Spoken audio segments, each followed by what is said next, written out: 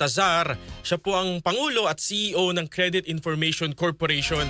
Attorney Baltazar, welcome po sa DZXL News. Si Xander po at si Angel. Good morning po. Magandang umaga, Xander and Angel, at salamat sa pag-imbita sa Credit Information Corporation sa inyong programa. Magandang umaga rin sa inyong mga taga-subaybay. Opo. Sir Ben, para lang po sa kabatiran ng ating mga kababayan, ano po ang mandato ng Credit Information Corporation? Ano po, ang Credit Information Corporation or CIC for short ay isang GOCC or Government-Owned and Controlled Corporation. Ang mandato po namin ay kumolekta ng mga datos ukol sa credit at pautang mula sa mga bangko, mga microfinance cooperatives at even yung mga non-bank lenders.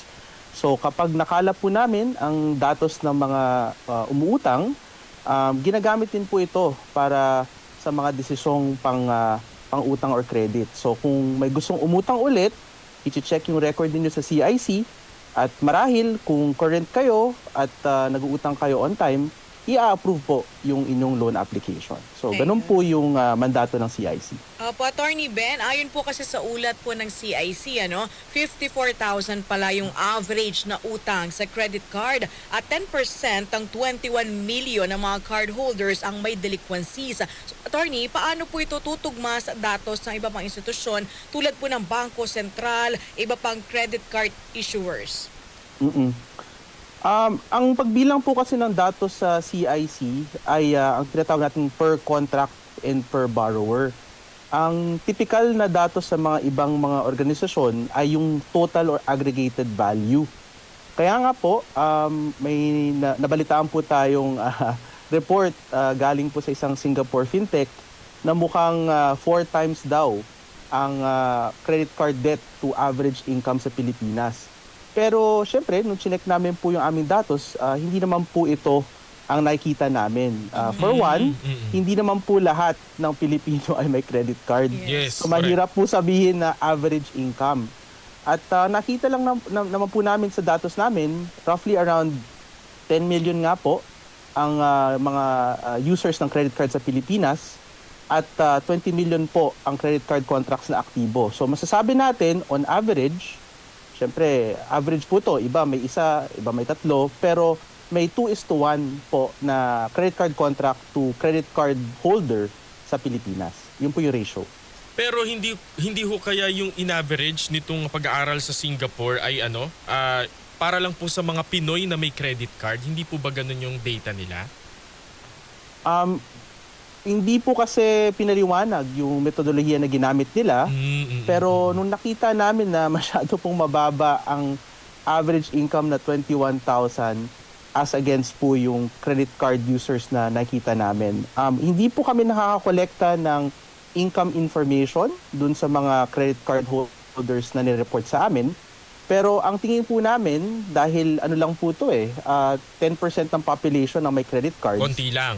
Hindi po talaga pwedeng gamitin ang average income across the Philippines bilang isang basehan na sabihin na nababaon na sa utang ang mga Pilipino. Kasi pwede rin po, Sir Ben, na halimbawa, yung mga may credit card, hindi naman bahagi ng average na salary o income ng bawat Pilipino. Kasi baka yung mga may credit card, baka mas mataas pala ang kanilang sahod. Di ba ho? Tama po yun, Sir Xander. Ang nakikita nga po namin, as I said earlier, ang pag-apply po ng credit card ay nangangailangan ng credit check. At ang isa sa mga tinitingnan ng mga credit card companies ay ang kakayanan ng isang borrower na bayaran ng credit card debt o yung kanyang possible ceiling. So, tinitingnan po yung income. So, marahil hindi po papasa kung average income ang magiging basehan sa isang aplikasyon ng credit card. Okay. Attorney Ben, so paano po tinutukoy ng CIC yung mga hindi po nakakabayad na mga credit card at ano po ba yung magiging epekto nito sa credit score ng isang Pilipino? Bale po, ang CIC ay kumukolekta ng both positive at negative credit information. Yung positive po ay yung nakakabayad po, let's say, kompleto or on time. At ang negative po ay yung hindi nakakabayad or possibly kung partial lang po ang binabayaran. So, yung record na ito ay nalalagay sa aming database at kapag umutang po tayo ulit at ang ating inuutangan ay nag-access ng datos ng CIC, makikita po nila ang record ninyo. Para dumali po ang interpretasyon, may mga nag-o-offer po ng serbisyo na nagbibigay ng credit score. So, same logic lang po, kapag malinis at on time tayo magbayad, mataas ang ating credit score. Kapag medyo behind tayo sa mga payments or meron tayong mga delays, bumababa po ang ating credit score. Tapos ang bangko na or ang lender ang nagdedesisyon kung ano yung angkop na score para dun sa inuutangan nating produkto. So, ibig sabihin, attorney, kung ikaw ay maagap, lagi mong binabayaran yung mga utang mo. Kasi sa credit card, attorney, meron pala dyan yung, yung parang outstanding balance. Meron din yung minimum na pwede mong bayaran. Pero ang pag minimum lang pala ang binayaran mo, magkakaroon ka pa rin pala ng mga penalty ng interest. Tama po ba? Kasi yung parang lalagpas ka, magkakaroon ka ng finance charges. Tama po yun, Angel. So, kapag minimum lang ang binabayaran natin, parang pinapahaba natin ang amount na inutang natin. Ayun. Tapos ang interest, yan po yung bayad sa paggamit ng pera na hindi pa binabayaran. So, isipin natin na ang interest ay parang presyo ng pinautang. Okay. So, tama po kayo, kapag binayaran natin ang buo, monthly ang ating credit card, depende po sa terms ng credit card natin, maaari, wala pong charge yun. Kumbaga, binigyan po tayo ng isang buwan na libreng period para umutang. Pero kapag minimum lang ang babayaran natin or delayed ang payment natin, doon na po pumapalo yung sinasabi niyong mga interest at saka mga fees. Attorney, kasi ako, sa sarili ko. Personally speaking ba yan? Na ako nung finance charge. Kasi ang problema ko, parang, yun nga, nagkaroon ako dahil nga first time ko magka-credit card, hindi ko alam yung mga ganyan. So, ang binabayaran ko lang, minimum. Tapos minsan tinataasan ko naman, pero hindi ko nababayaran yung outstanding. So, ang problema niyan, ang sabi nung bangko, alam ang iba, naging problema din ito, Attorney Ben, dapat pala babasahin mo yung terms and condition. Kasi sinasabi ng bangko, ma'am, bago po namin bigay ang credit card sa inyo, dapat basahin nyo muna kasi dyan po yan nakapaloob. Kaso ang problema, Attorney Ben, ang liliit. Saka ang haba-haba. Ang haba-haba, diba? Sino ba naman magbabasa ng ganun? Tama po yun. Typically, ang mga kontrata sa mga utang, marami pong terms and conditions na medyo maliit na nga yung print, so mahirap nang basahin. Pero I think ang importante natin gawin ay magtanong tayo dun sa mga ahente ng credit card o yung mga helpline nila kung ano yung mga options natin. Kasi yun na nga po, sabi nyo kanina, hindi malinaw na kapag binayaran lahat, minimal yung charges. Pero may mga pagkakataon naman na kung gipit tayo, kailangan natin bayaran partially, pero dapat as much as possible para lumiit nga yung charges. So, kailangan kausapin natin yung mga representante ng mga bangko at mga credit card association para tanungin. Very simple exercise lang. Kung umutang ako ng, let's say, X amount at ang mababayaran ko lang ay Y amount, magkano po yung charges na ma-expect ko bayaran or ma-i-impose sa akin the following month? So, mga practical na question na ganito, ang pwede nating ipahiwatig sa mga representante ng mga credit card association or credit card companies para malinaw sa atin kung ano yung cost ng ating utang. Opo. Base po sa pag-aaral ninyo, Attorney Ben, ano po ba talaga yung nagiging cost kaya nalulubog sa utang ng ating mga kapwa Pilipino? Dahil po ba doon sa nabanggit natin na hindi masyadong napaliwanag o dahil wala din silang control sa paggastos? Mahirap po talaga sabihin kung ano yung number one or top na rason dahil unfortunately, hindi po nire-report ang dahilan sa CIC kung let's say may hindi nakapagbayad. Pero base sa mga survey na kinonduct namin sa mga gumagamit ng datos namin, ang typical na rason kung bakit hindi nakakabayad ang isang tao ay actually dahil either nawalan siya ng trabaho or nasalanta, which is ang tinatawag natin sa akademya na income shock. Kasi ang pag-iisip natin ay ang ating income or ating kita, yan po ang nagbabasehan ng ating kakayahan makapagbayad ng ating utang. Yes. So kapag nawalan tayo ng trabaho, or let's say nasalanta yung lugar natin, or may nagkasakit, at yun ay nagiging priority ng ating kita, doon natin nakikita yung pagkahirap sa pagbayad ng utang. Siyempre, narinig ko rin po yung discussion no kanina, mayroon din mga sitwasyon na may mga tao na ang tinatawag living above their means. Yes. So utang po ng utang sa mga bagay na hindi naman importante, nakakalimutan na ang utang kailangan bayaran. At kung hindi mabayaran ng buo, lumalaki. Di ba po? So marami pong dahilan, pero a combination talaga of discipline ang kailangan para hindi tayo mabaon. Kasi ang utang ay isang paraan para mabuhay ngayon sa modernong mundo. Ito ay isang tool. So kapag okay naman ang kita natin at nakakabayad tayo on time, asset po sa atin to dahil makaka-access po tayo ng pwede nating pagkakautangan na minimal yung cost dahil nga mataas ang ating credit score dahil tayo ay nasa good credit standing. Opo. Meron hong mga napakinggan ko lang sa isang parang finance influencer na sabi niya, kung wala kang credit card, huwag ka nang kumuha ng credit card. Tama ho ba yung ganung payo, Sir Ben? I think ang ibig sabihin ng influencer na yon ay marami na kasing mga credit products na mas accessible ngayon sa merkado. And actually, dahil sinabi ko kanina, minorya lang talaga ng Pilipino ang may credit card. So, sabi ko kanina, we have 20 million active credit card contracts, di ba? Pero actually, ayon sa datos namin, meron na po tayo sa Pilipinas na 400 million credit contracts.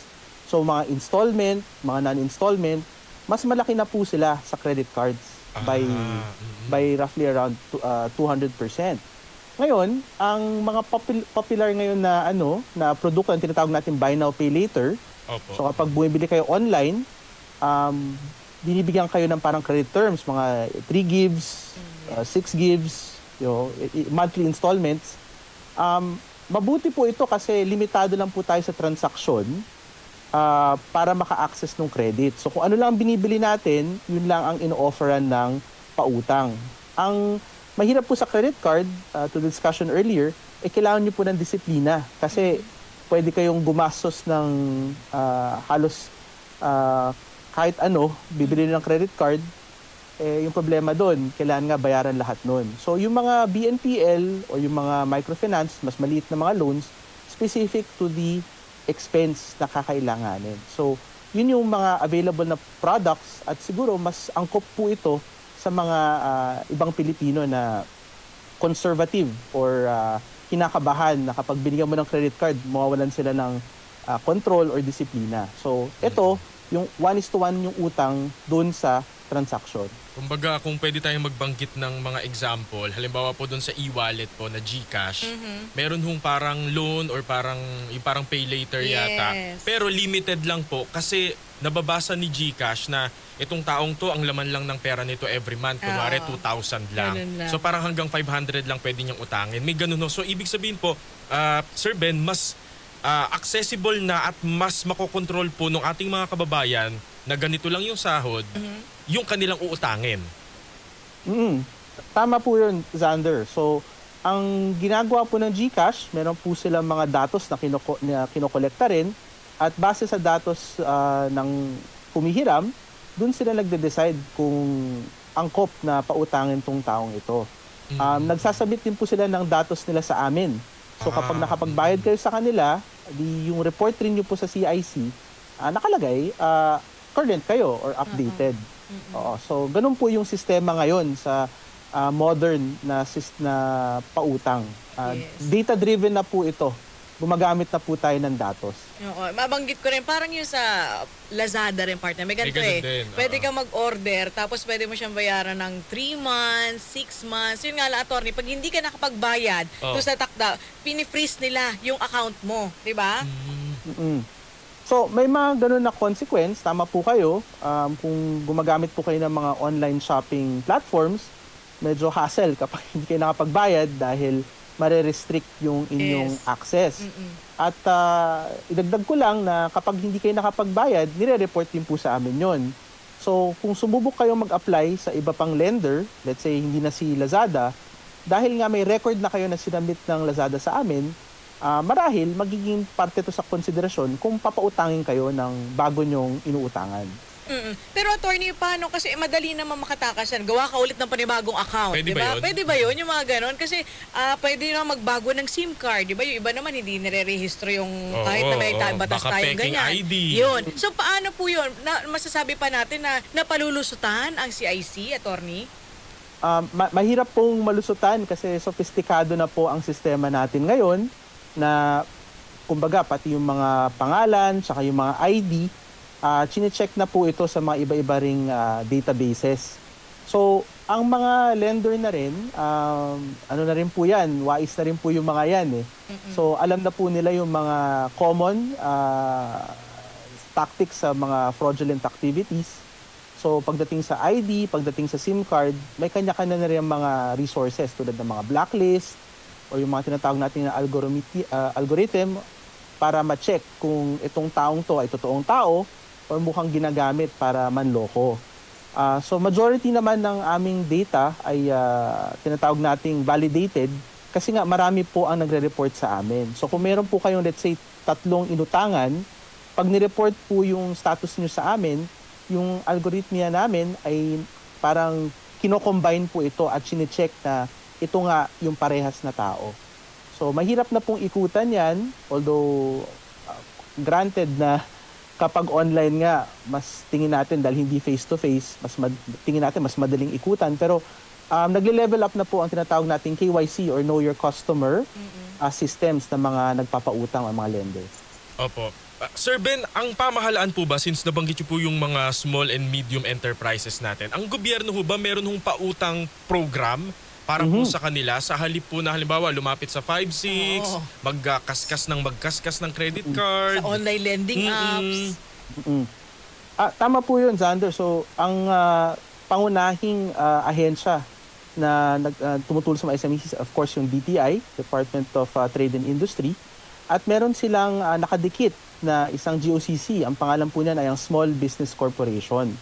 So sila po ang naatasan na magbigay or mag-approve ng mga loans sa mga MSME. I believe yung mga rates nila are better than market kasi nga yun po yung mandato nila. At pero ganoon din po ang sistema nila. Meron din po silang internal credit score na kailangan makamit ng isang aplikante para maaprubahan ng pautang. Opo.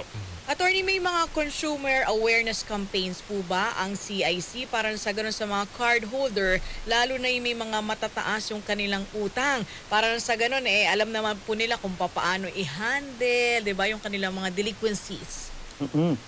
So kasama po yan sa mandato ng CIC, ang tinatawag nating financial literacy. So every month, meron po kaming free webinar program, ang CIC Academy. Libre po, sumali dito at mag-join. At yung mga topics na pinag-uusapan sa mga webinar na ito, sa mga session na ito, ay yung mga ganyan, yung mga advice, how to manage iba-ibang klaseng loans tulad ng credit card loan. Makikita po natin yan sa website ng CIC at sa SOCMED. So creditinfo.gov.ph. Nandun po kami sa Facebook, TikTok, tsaka sa X or Twitter. Meron po ring paraan na i-access yung mga dati naming video kasi mga ilang taon na rin po namin ginagawa ito.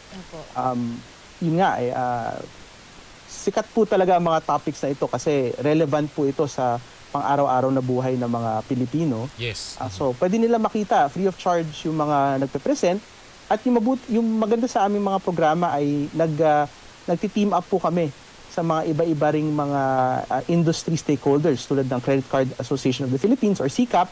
So, sila po yung asosasyon ng mga credit card companies. So, marami po silang advice at programa na maaaring makakatulong sa mga gipit na borrowers na Pilipino.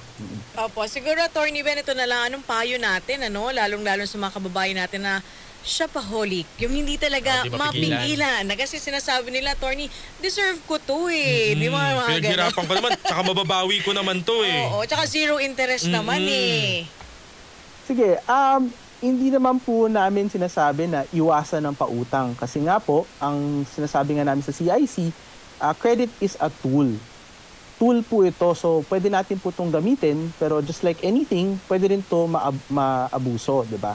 So ang payo ng CIC sa mga new to credit or yung mga nahihirapan na sa credit, sa kanilang credit situation, ay talagang pag-isipan natin na mabuti kung ano yung mga bagay at mga expenditures na uutangin natin.